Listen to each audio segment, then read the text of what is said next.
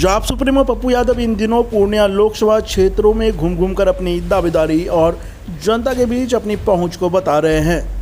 इसी कड़ी में पूर्णिया में संवाददाता सम्मेलन के दौरान पप्पू यादव ने कहा कि बिहार में सरकारी स्कूल से बड़ी संख्या में गरीब बच्चों का नाम काटा गया है।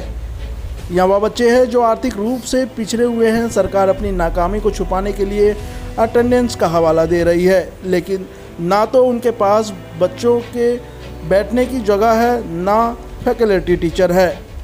ऐसे में यह सामंती सोच को दर्शाता है और पप्पू यादव ऐसे बच्चे के साथ हमेशा खड़े हैं। मैं आपको बता दूं, बिल्कुल गलत तरीके से जिस तरीके से टीचर बहाली की बात हो रही है, जिसमें लगातार आर्थिक शोषण, फिर उसी तरीके से जिस तरीके से बिना किसी सुविधा के ना रूम, ना फैकल्टी टीचर, ना ही टेक्नीशियन, ना ही लैब, और बच्चों को जिस तरीके से नाम काटने की बात सामने आई, यही मानसिकता है जिसके बारे में हमारे राज्यसभा के एमपी मनोज जी लिखे कि कमजोर, दलित, वंचित बच्चों का नाम क्यों, और जिन बच्चों का नाम काटा गया है अटेंडेंट के नाम पे नहीं, अलग तरीके से, मैं उस बच्चे के साथ खड़ा हूं। आर्थिक रूप से कोई बच्चे का नाम नहीं कटेगा। पप्पू यादव पिता के रूप में उसकी भूमिका निभाई के द्वारा हुआ है। इसकी जानकारी मैं डीएम, सीओ, एडीएम, भूविकास पदाधिकारी को मैंने दे दिया है।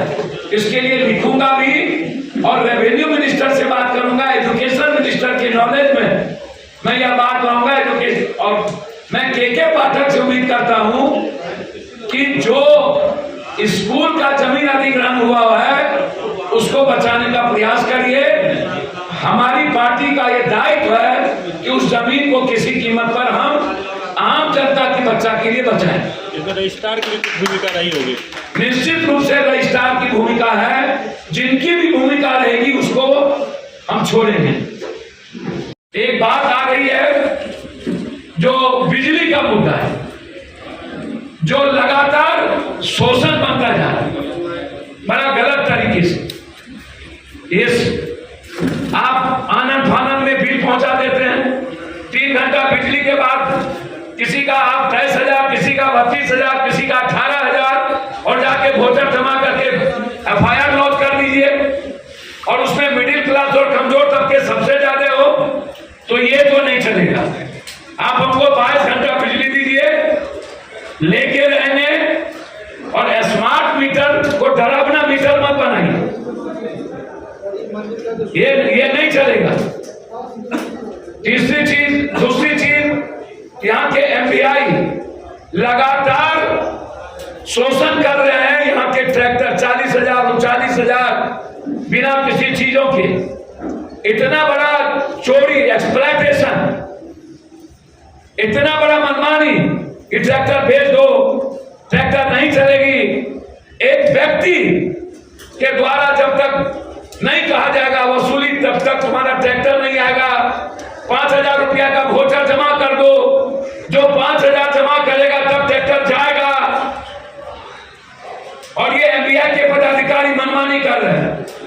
मेरा सख्त आग्रह है कि ट्रैक्टर के कागज का आप नोटिस दीजिए।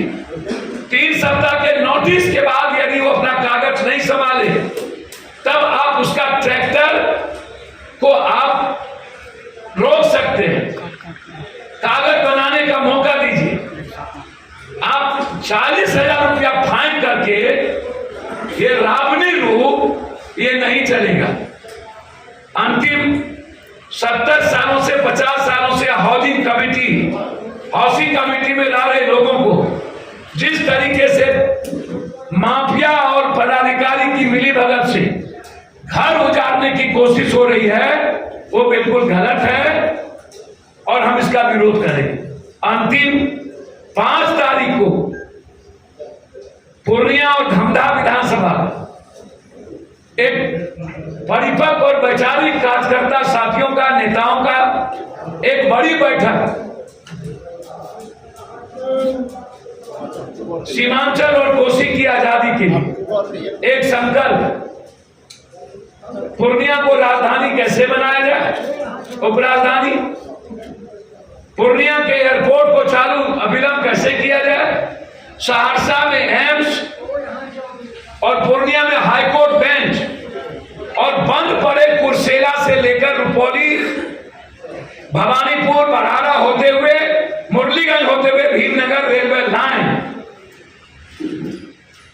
ये इंपॉर्टेंट है हमारे लिए।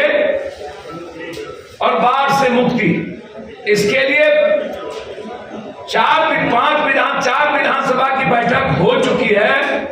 अब अंतिम विधानसभा के रूप में 5 तारीख की बैठक पूर्णिया की आजादी को लेकर के है, और उसमें हम अपने अधिकार के लिए यहां पर जमा होंगे और करो मरो के साथ संकल्प के लिए हम लोग आगे बढ़ेंगे।